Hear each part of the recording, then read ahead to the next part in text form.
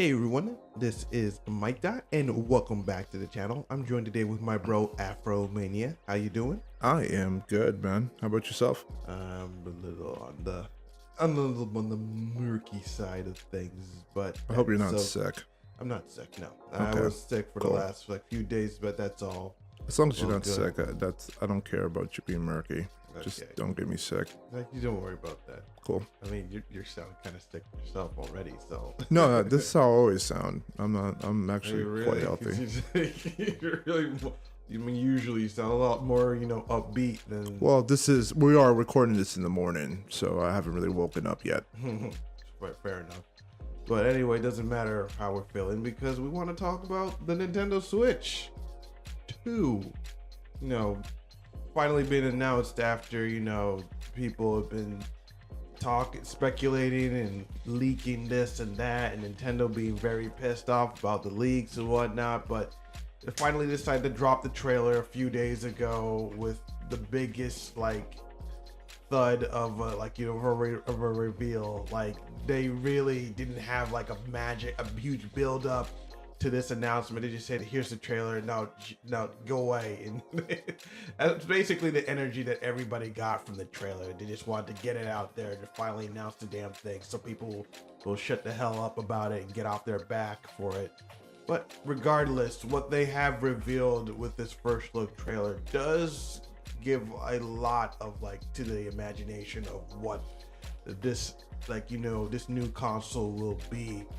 Well, just going based off what they've revealed, obviously the most noticeable thing is that it's bigger, has a bigger screen, bigger controllers, has USB-C on the top and the bottom, a new kickstand, which looks really nice, and all the other features headphone jack and all that little stuff right there. And one big thing that interests me the most is the new Joy-Cons, which there hasn't, again, rumors and leaks suggest that the analog sticks will be, what's the word we're looking for? It will be magnetic.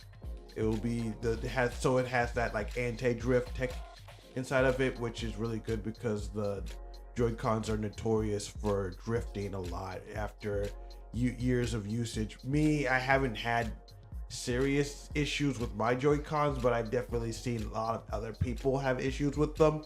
So I really do hope that these have those magnetic analog sticks, which would be really, really good for the long-term usage. And there's also the suggestion that this new version of the Joy-Cons will have a mode where you can use it as a makeshift mouse, which would be very interesting considering that would be able to bridge the gap between the mouse and keyboard and in first person shooters, because that's always been the big separating factor between an FPS game on console and the FPS game on a PC is that mouse aiming. Although I do feel like gyro aiming on the Joy-Cons and on the Pro controller really does help to bridge the gap between the mouse and keyboard because of how accurate that can be. I as a guy who plays a lot of Splatoon, the Joy-Con and gyro aiming is actually really, really good on that game. And I feel that a lot more video games should adopt gyro aiming, but now they also have this alternative of them being able to use the Joy-Con as a mouse. Although I don't feel like it'll be as comfortable as using a gaming mouse considering how thin the Joy-Cons are, but still, I do think if they include that feature, it will be a nice way to bridge those gaps. And other than that, I don't think they've announced any other features. Well, besides that, they did tease a new game being Mario Kart 9, considering that they showed a very brand new track that hasn't been seen in any previous Mario Kart games, as well as the rumor that this new Mario Kart will feature 24-player multiplayer, which is really cool.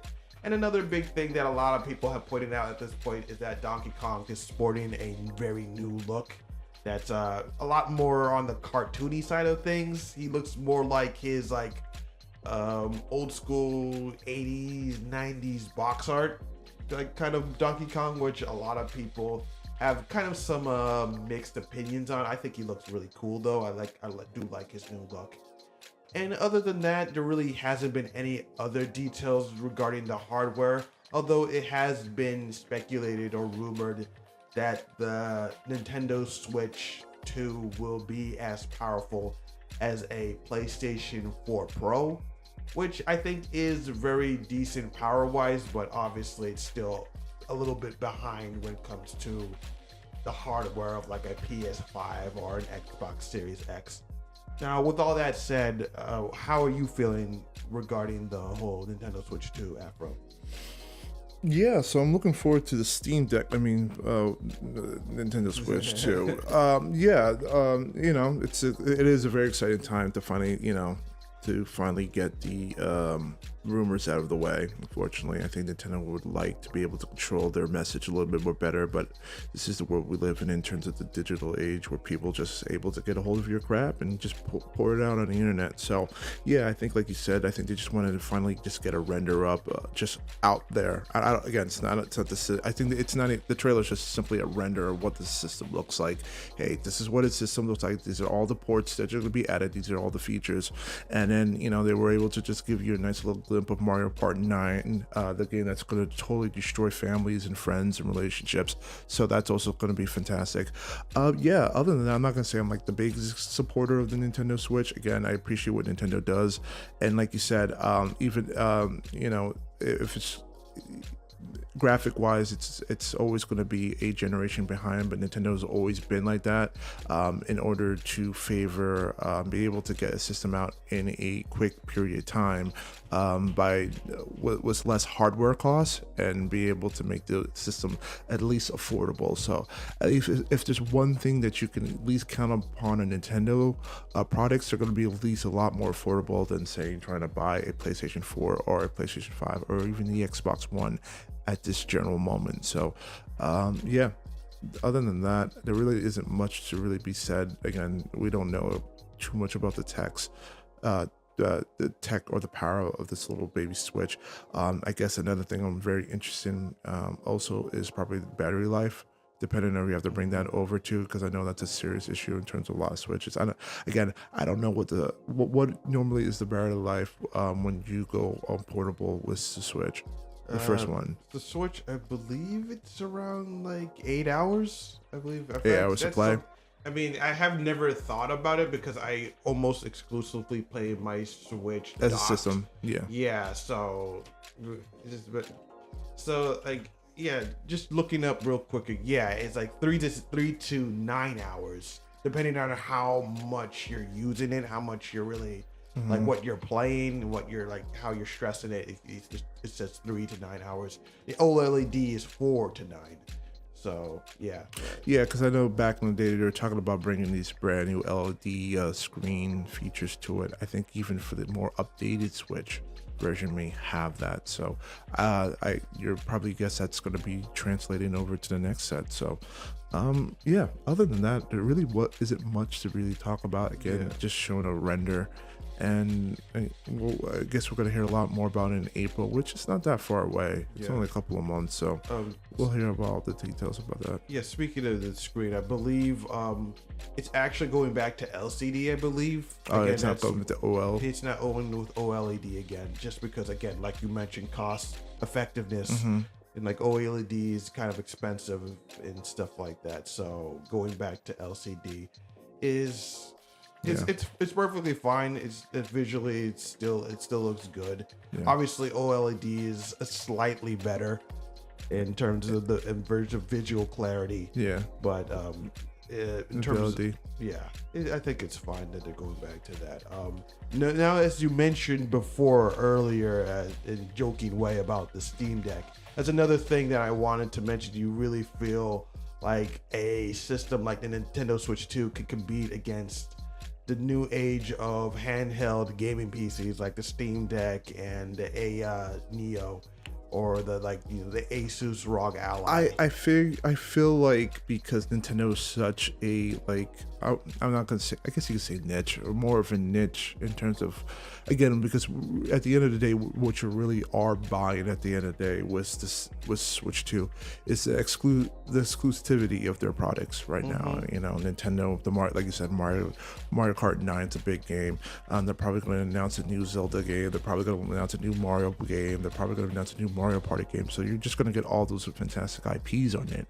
But in terms of maybe be able to be a lot bit more like validity, it just seems like it makes better sense to maybe go after the Steam Deck, because again, it's just a little bit more universal. You have the ability of the Steam library and all the games that come along with it, as long as it's incredible features, and on top of that, you have probably access to other games that are on that Steam Deck that are also tied to other clients like Epic or Sony or Xbox, depending on the relationships that are involved. So I just think in terms of more bang for your buck with the systems that have been out there, it seems like a Steam Deck or all these other PC handheld console devices seem to be more better for you, even though I think they're probably a little bit more pricey right now, right? What, around 300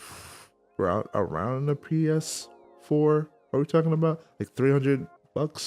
Yeah. I would as average, right? So Well, I think that the prices for these might have come down now, right? They've been out for a while. Now, a lot of them are some of them are like 400, 300. Some of those go as high thousands. Oh, okay. All right. So here's the thing then. And if we're gonna go based on that, then, and if you're almost close to like a low end computer we're talking about. So I think where Nintendo will always win will be probably the price point. I think Nintendo will always figure, when comparing to those devices, I think Nintendo will always figure out, okay, here's a generally good price point that we'll be able to set our price. So speaking of price point, what do you think this would honestly cost? What was the Switch was, what, $250 coming out, or was it $3? The Switch price point? Yeah, when it first came out, I want to say $250. Yeah, actually, I'm kind of curious now. Yeah, it's like 300. Yeah. Okay. All right. So that is going to be very interesting where they're going to price this compared to all, like you said, all these rival other devices you just mentioned. That's going to be interesting. I think really price point, how you're going to price this. Again, like you said, the fact that these are out, I'm not going to say outdated, like aftermarket parts, past parts. Again, the system isn't going to be powerful than a PS5. I think they are able to sell. They're going to be able to sell these systems at a profit. Nintendo has always cared about selling at a profit, and I think, like, again, this has always been a company that has leveraged fun things, trying to bring experiences in the game and then actual technology. I think the only disappointing thing about the Switch is I don't know if it brings anything kind of new to the table, because I think another thing with Nintendo is, even though some of the things they may have introduced feel like a bit gimmicks, at least this has been a company that is willing to experiment on different things and bring a different aspect to the world of gaming. This just seems to be like just a level up from their previous successor. So that's probably the only thing why I'm not really so interested on the Switch 2 at the moment. So, but yeah, we'll see exactly what it brings to the table. Yeah, very much so. I agree. What else did I want to bring up? Yeah, like a lot of people are suggesting that like $400 is probably the sweet spot. It's just obviously 100 more than the original Switch. But how much more than the PS Pro? That, again, I've never really looked into the price points of something like the PS4 Pro. But because I think if it's going to be around a little bit lesser or stronger than a PS Pro, I don't think it makes sense to be able to price it comparably to that. Oh no, it was 400 as well. So probably like 350. It seems like it may come out just maybe $50 more. Yeah, maybe 30, just because it's later tech. Yes. Yeah, that makes sense. That's again just analysts are saying 400, so that's what I'm just going on. That's probably the average. If the analysts are saying 400, I think it's going to be priced at 350, 349. It would have to be again. It's lower tech. So right now, what's ever going to be in it is it going to be that much more, and I think they'll still be able to make a profit off of it. Yeah, I would say so. Overall, I guess just looking forward to what comes from from the announcements in April.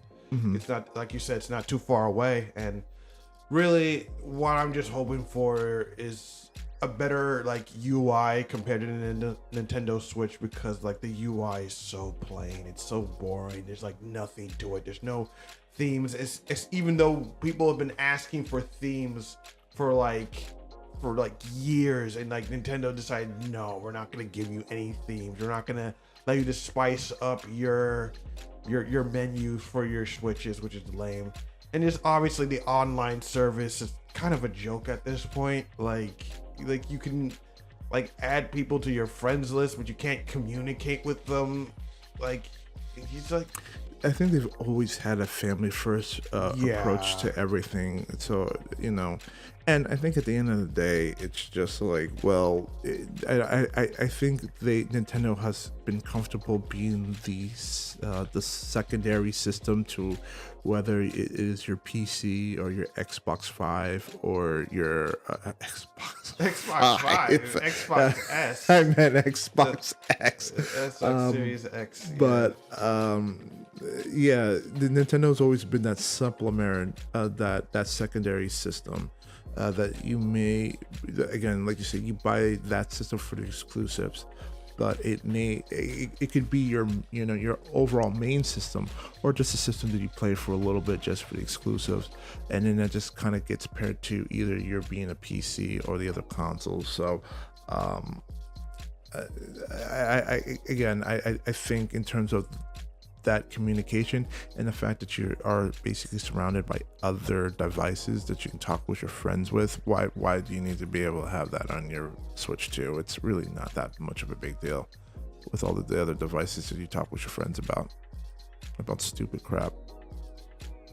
Yeah, I totally agree. Well, other than that, it's just all we can do at this point is just wait and see what they come up with. Yep. So, hopefully we feel something really cool.